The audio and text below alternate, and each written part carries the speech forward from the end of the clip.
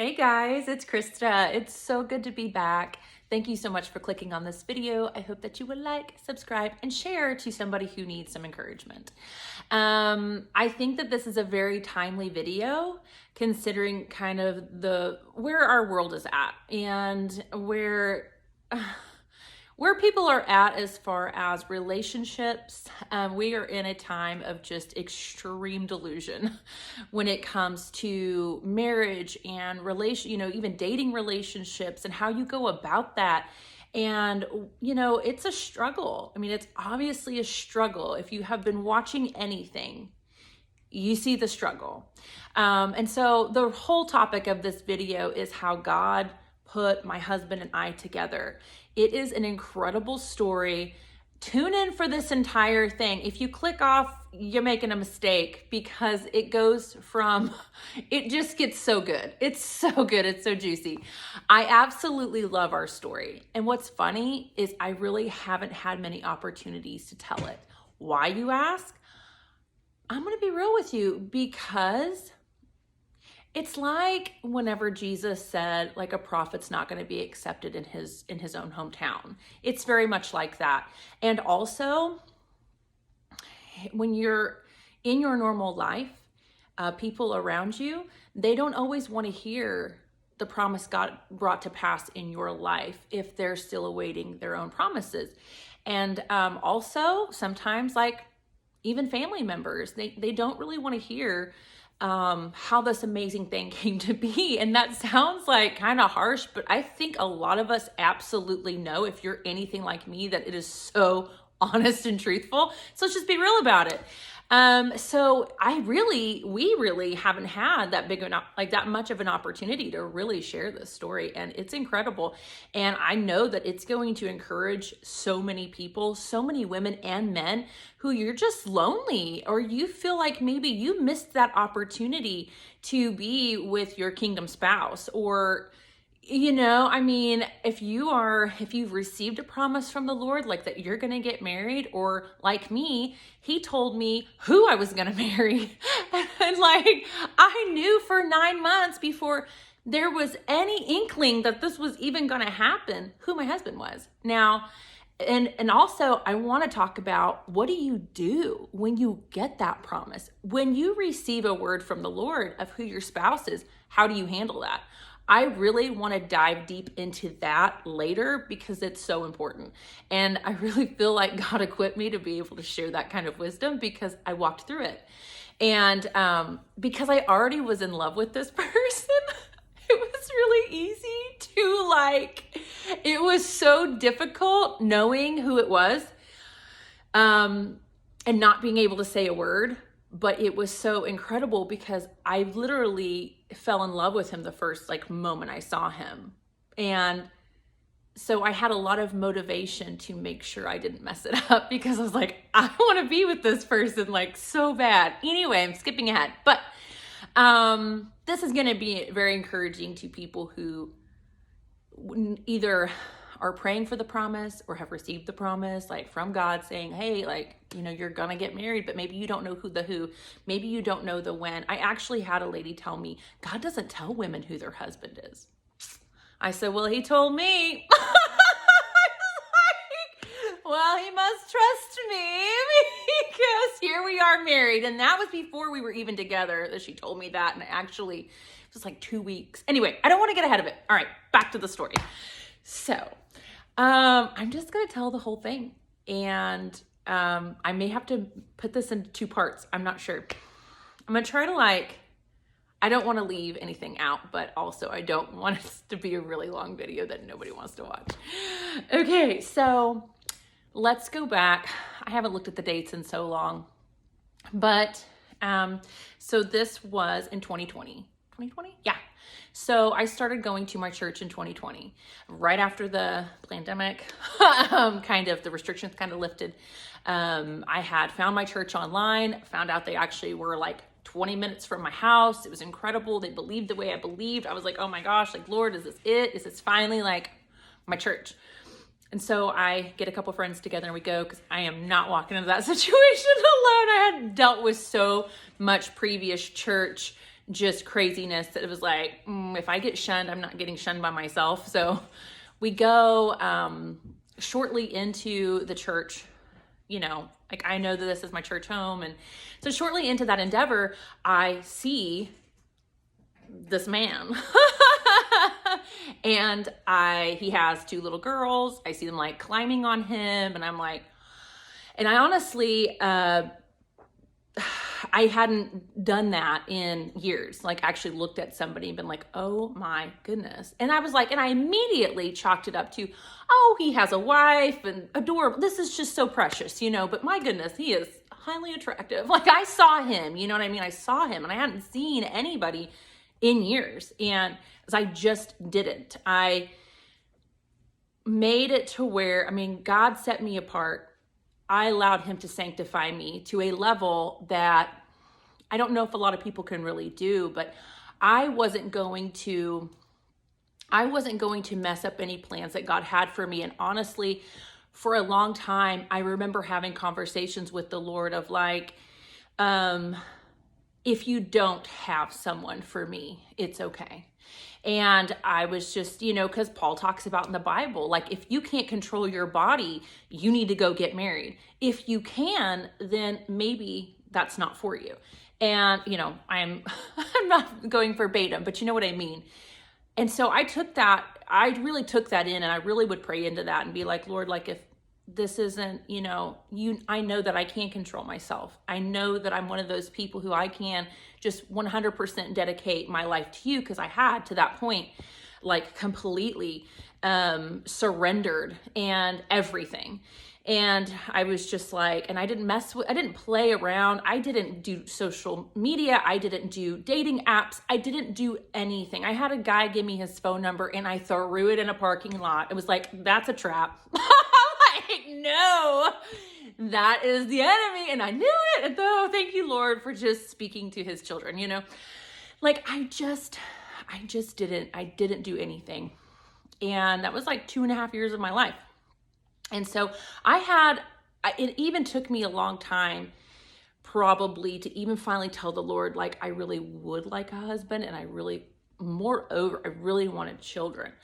And I finally, somebody like me, I talked to the Lord about everything, but that was actually really hard for me to tell him about, even though I knew he knew, and he was just like waiting for me. I felt like, well, if you don't, then like, I'm just an idiot. And that's not true, but that's how I felt, because I didn't feel like I deserved that, because I felt like a family is so good. Like it's so good. And if anybody knows any of my backstory, family is not something I've experienced. And I know I'm kind of going off topic, but this is important. No, it's not. I'm going to keep going. There's so much to this. There's so many layers. Anyway, so so we'll just get back into it.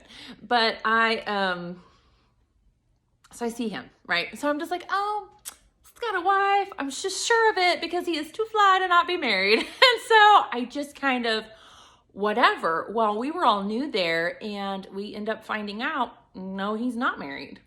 And I was like, okay. I couldn't help but be excited, because it's not that like I thought that like, I don't know, I just felt connected to him. Like I just felt, so I had been divorced about 2.5 years prior. And which, if anybody remembers anything about that, we all understand what the word says about divorce and all of those things. And so the thing with me, and then the thing with him, is that we didn't divorce our now ex-spouses, but he also had been divorced.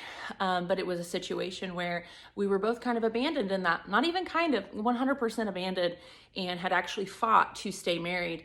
And it was not something that they were interested in doing. And so we were released from that covenant because we didn't break the covenant. And so by this point, I have an understanding of that, even though initially I was kind of confused about it.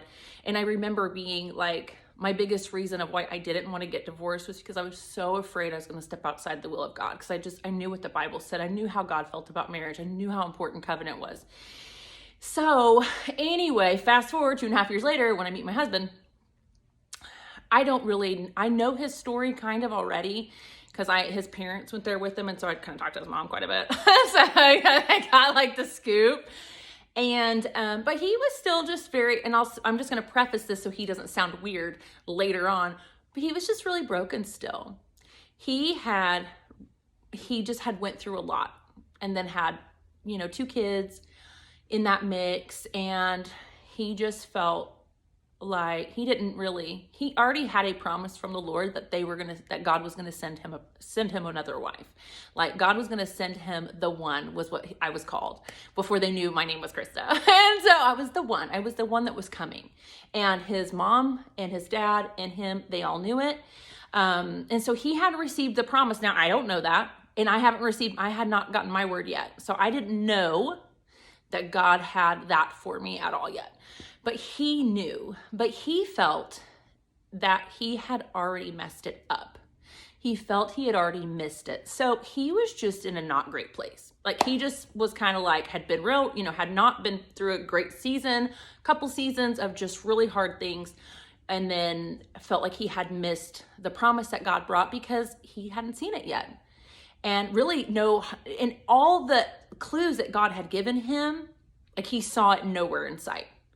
And so, so that's kind of the backstory on him. Well, then I walk in, I find out like that. And the second we meet, it's like so awkward. So we meet and it's weird. I wanted to just crawl away. Like I wanted to just crawl underneath the chair because it was awkward. I was so nervous to even like talk to him because I felt semi unworthy in a way because like, I had been so out of the dating scene or anything, but I knew I liked him. So I didn't have like the moxie to like carry that out in that moment because that had not been my focus for so long. So we meet, it's kind of awkward. We have a couple other really awkward encounters and that was kind of it. And then I have another encounter with him that is also awkward. And that was like that same weekend. I want to say it was right in the beginning of the fall feasts of 2020. No. Yeah, of 2020. And so, sorry about that. I'm driving, okay? And I think I had just seen him, or I was just about to see him. I don't remember which one it was. And all of a sudden, I get this word from the Lord, and God said, I was thinking about him, and God said, that is your husband. And I was like, no. I was just literally like, Lord, are you for real? Because even though our interactions are so awkward, they were awkward because I was nervous because I adored him already. I didn't even know him, which is so not like me. I'm like, what do you even like about him? You don't even know anything about him. Like, you're ridiculous. Like to me, it was so silly that I would like somebody that much without even knowing them. And he tells me that. And I felt it. I felt that word. And I felt that it was God. And it brought me to tears. I even said, Lord, if this is the enemy, like I need you to show me because I don't want to get to where I'm believing something and praying into something that was not you because, the enemy is super deceptive. And so, with something like that, it's so important. So I was like, oh Lord.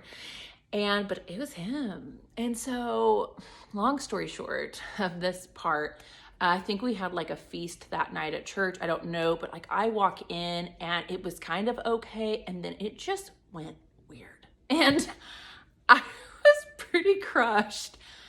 It looked like, Lord, what? Like, this is not going to happen. Like, this guy is like not interested in me. And, he's, just kind of walled up. And so I, kind of get to a point where I don't know. I'm hurt. I'm hurt and I'm mad at myself because I feel hurt over a guy I don't know, because of a word that God gave me. And I'm confused because I'm like, Lord, you said, and this is like, there are no signs of life in this situation. Like like dead on, like do not resuscitate. Like there was never anything. Like it was bad. And so I'm like pretty tore up, which I hate myself for in that moment because why are you tore up over somebody you don't even know? This is not even like you. So I would go to church and I would just literally stay as far away from him as possible. I was like, I wouldn't even look at the back of his head. And so a few months later, around Christmas time, I get a word from the Lord that said, he did not reject you. I hid your value from him. And that was exactly what had happened. And I was just being hidden from everyone in that season, which was interesting. I was being hidden from people at church. I was being hidden from him. I was just kind of the invisible girl in that time. And praise God for it, because he had a big plan. Because had I been so visible, there would have been a lot of things that would have tried to externally come in to try to mess that up. And so God knew what he was doing. And so we end up, so I get that word. I immediately get peace. And I feel like, okay, not my fault. It's not me. It's all good. And I feel like a weight's been lifted. The sorrow's gone. I'm good to go. And I actually completely forget about that word. Well, springtime rolls around and I'm sitting in bed. I'm laying in bed and I'm watching my YouTube and I'm just kicking it. Well, I'll take you a little further. Within the weeks prior to this encounter with the Lord, my bunny, Chessie, who lived in my bedroom, like he had an X pin in my nook in my bedroom at the end of my bed. And he's always been a pretty reserved bunny, like pretty obedient, pretty chill. And he started waking up in the middle of the night and rattling his cage. Like he would grab it with his teeth and rattle his pin at like midnight, 2 a.m., 3 a.m. He did this for weeks, to the point where like I did all these things to try to make him stop, and he wouldn't stop. He didn't do it during the day. He did it in the middle of the night. So about a week into that, I realized, all right, Lord, what are you saying? I knew it was God talking to me because he was acting so erratic. I just knew. And then I thought, and I knew because God put it in my spirit, I thought, I'm going to have a family. This is what it's like to have a baby. Like it wasn't identical, but that was God's way of showing me like, you're about to be woken up in the middle of the night. You're about to have like this little insatiable, like being that needs what it needs at whatever time. Like I just could feel it. I was like, Lord, I'm going to have children. I'm going to have a family. I knew it. And I was like, well, this is exciting. Like, and I yet still forgot about the word. I mean, I have erased it from my mind. I moved on. So it's not clicking where that's coming from. I keep going about my business. So then probably 2 weeks later, I'm laying in my bed watching YouTube. And I was always very particular about what I clicked on because I didn't want algorithms to send me particular things, because God uses YouTube to talk to me a lot. He'll just put on a video. I feel I'm supposed to click on it, and then he'll speak a word to me, or he does it with a song. Y'all know what I mean. You've been there. So I see this video. And I never clicked on marriage stuff for this reason. I didn't want the algorithms to be like, oh, you want marriage, so I'm going to send you everything marriage related. I was like, no. And so it was, you're getting married soon. And it was actually Genesis 2:2 underneath it. And I don't know anybody in here remembers, but God about 2 years ago started showing me 2:2:2 and 4:4:4 and 3:3:3. 3:3:3 is still yet to be determined, but 4:4:4 2:2:2 2:2:2 is, it was funny because he'd been showing me that. And so that was double confirmation of like, well, there's 2:2:2 on top of this, you're getting married soon. And I mean, it jumped off the TV at me. And I was like, come on. And so I'm literally like, I just like look up, like he's right there, and I'm like, Lord, I was like, am I supposed to click on this video? And I just felt it like, yes. So I click on it, I listen to it, and it's just reading my mail. So it's like, there was a person you really like were into, and it looked like it was never gonna happen. And they even like made you feel rejected. Like you guys come from two completely different like worlds and all of this stuff. And it was like, but you're getting married soon. And so I get finished with the video, and I mean, I got chills. I can feel it. And I just am like, Lord, I said, I'm like, okay. And then all of a sudden the word I had gotten that fall came rushing back. And I remembered it again. I said, okay. I said, so is the person that you initially told me I was going to marry, is that still him? And I felt 100% yes, to the point I was cracking up. I'm in my bedroom alone, cracking up at the Lord. And so I'm like, oh, okay, well, last time this really hurt, so I'm going to approach this very gently. And so then I get another like YouTube video that said, like, it was a preacher, and he was like, yeah, so you are going to get the word from the Lord, and then someone will confirm that word. Like, that's how prophecy works. And I was like, oh, didn't know that. I'm just watching videos, and I'm like, oh, didn't know that. That's cool. That's cool. So the next day, because I've always just received the words from the Lord directly, I would love to be one of those people who, like, preachers come up to you like, God wants me to give you a word, like, you're going to do this and you're going to do that. It's going to be epic. But I've never been that person. Like, they just pass over me. Like, they're just like, well, I ain't got nothing to say to you, you know? And I'm like, okay. But like, but thankfully I hear from God directly. So that's incredible. So thank you, Jesus. So, but I didn't know, because also, I don't know, I don't really remember getting a ton of confirmations on my words. I just know when I hear from God, and I'm like, okay, rolling with it. So the next day I start getting the confirmations. Won't even go into all of them because it'll make this video way too long. But I get confirmation after confirmation after confirmation. And I can go into that in another video, but I'm not going to do it right now. So I've already just, it's already kind of long. So confirmation after confirmation. And I keep asking God for them. I'm like, I need another one. And then, so I go to church that Friday night. Nothing. And he's there. Nothing. So everything looks the same. And so I'm like, Lord, like, okay, so how's this going to go down? I'm like asking, I'm like, Lord, how are you going to, I believe your word, and I know you will bring this to pass, but how? And so I would just ask him, like, how? I'm like, Lord, I don't know. I would sit in church and be like, Lord, I don't know how you're going to take that and this and put it together, but I believe your word. I believe you will, but Lord, I don't know how, and I don't see it because nothing's happening. So months go by,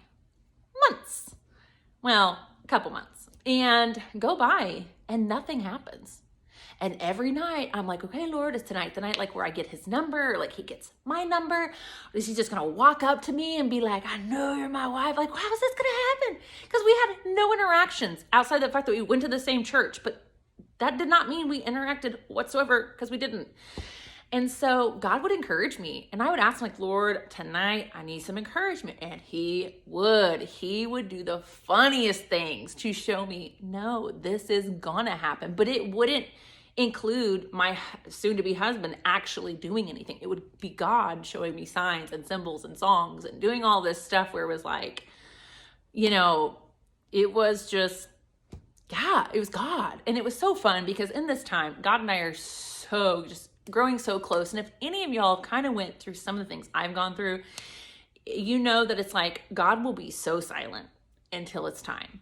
And then he's just like Chatty Cathy. Like, he just has so much to say, and he is in it with you. He's holding your hand, and like you just walking around together. That's what it was like. So it was just such a fun time. Like, I was just having the best time on the journey. Like, climbing the mountain was a blast, even though it was like, I want my man, you know? And so, yeah. So where do we go from there? Finally, there was kind of the counterfeit that could have happened. There was a couple counterfeit things that could have happened in that. There was a couple like little traps and things, but thank you, Jesus, I already knew what was, you know, where we were going with this. And so I don't get his number. So Shavuot comes around. So it's a spring feast, or not Tabernacles, but Pentecost. And so the Lord tells me, like, get ready, like, get yourself together, you know, like, he helped me like pick out the perfect dress, and I got my hair done, and all this stuff. Like, I go and I think maybe tonight's the night, because he always ushered the feasts. Now we ushered them together, but he always ushered the feasts. And so he would be right there in the doorway, like once you came through security. And so I like get so excited telling this, like, I have a hard time catching my breath. anyway, and so I come in and I see him and he does this. It's like those cartoons, like with their eyes bulge out. Like his eyes literally bulged out. But I didn't get that it was because of me. Even though he was looking right at me when he did it, it just didn't click. It just wasn't clicking. And so, because I think I was expecting like an interaction, which I did not get that night. So I walk through the doors. I walk right past him. The second I get near him, he turns and starts talking to like this 80-year-old man. Like, you cut me a break. And so I just go sit down.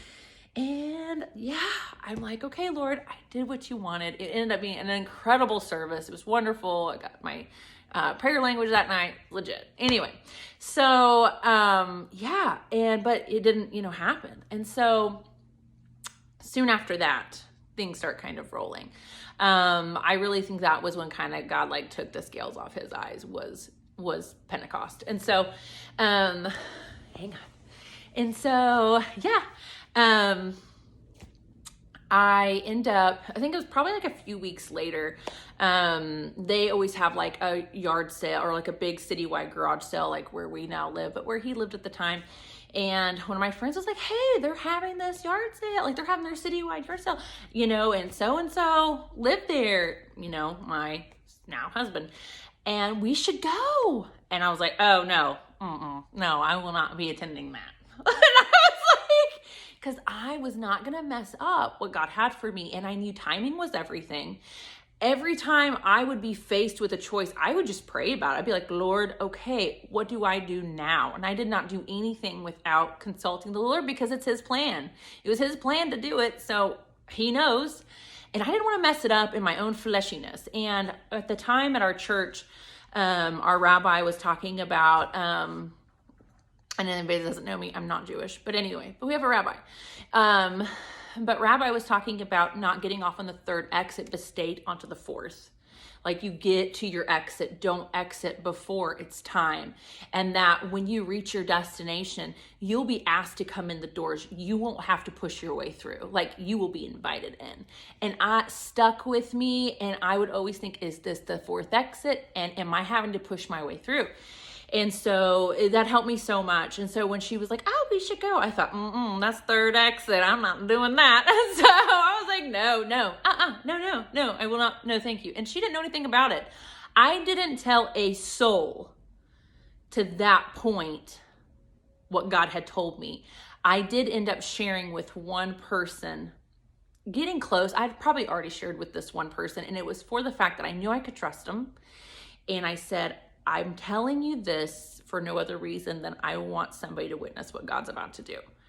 Because otherwise there wouldn't be a witness to it. And then you would just, and then if I told you all the things, after you'd be like, oh, well, now that it's done. But it was like, I needed somebody to witness that what God had said and what God was about to do when it looked dead. Because it still looked dead when I told this person. And the person was even like, for real? And I was like, yeah, I know it looks crazy, but just trust me. So, but outside of that, I didn't tell a soul because I did not want anything to get messed up. And so I think a week or two later, my now husband and his family invited us to go to a barbecue just out of nowhere. And I was like, oh, it's time. Like, it is happening. Like, because they invited my friends. And then they're like, oh, and by the way, make sure Krista comes. I was like, what? And so, yeah.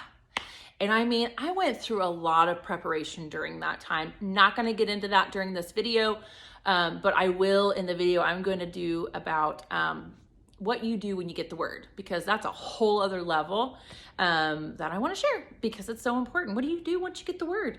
How do you do it?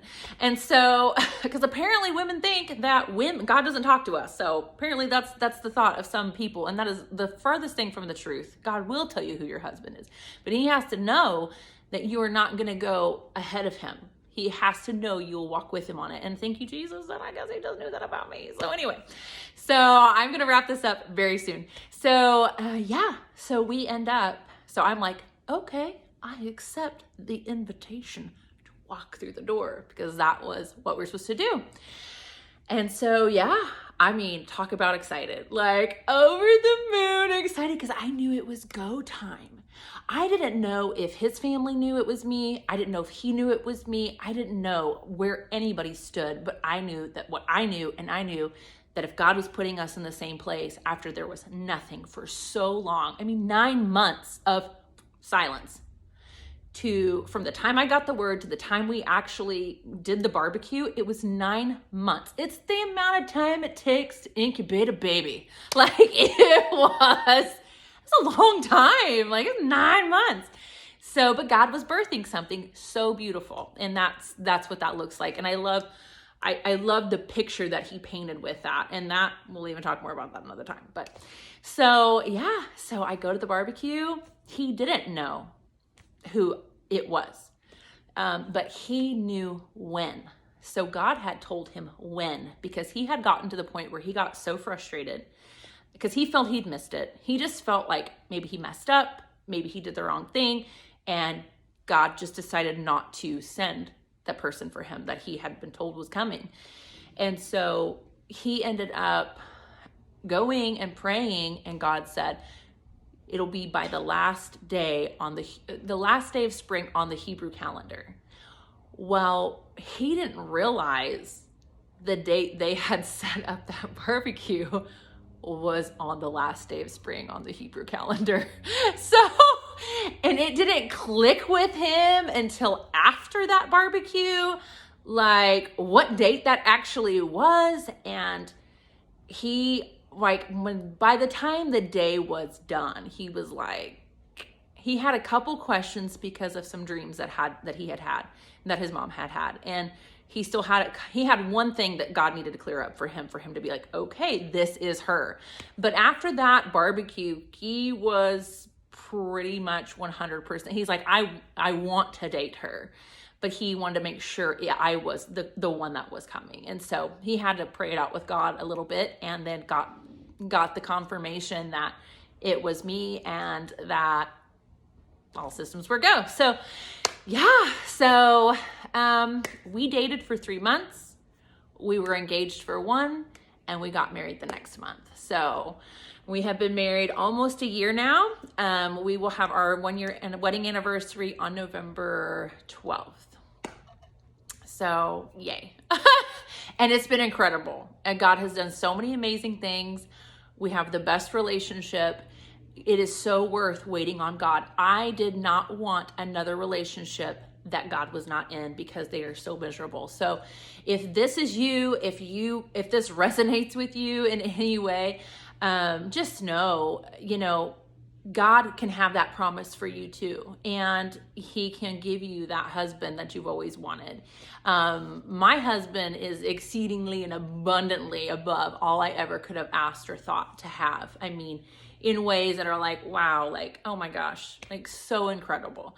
And I'm not going to go into any of that right now, because I just really want to share that with you guys, because I've been holding on to that. There's more details in that, but I don't want to keep you forever. But I hope that this blesses you. I hope that this encourages you. And if you think it will encourage somebody else, share it. And I'm going to talk more on this soon, because there's a lot of moving pieces to this that I feel like we could just really dig into. Because when I started initially in the video, just kind of talking about, I kind of want to go into how, it can be so hard with the dating and with the relationships at the particular time we're in, where everything is so skewed, but there is still beauty and innocence and purity when you let God do it, when you follow him and you do it his way. I mean, beauty for ashes, 100%. So it's there for you. So anyway, I hope this blesses you, and I will talk to you again soon. Bye.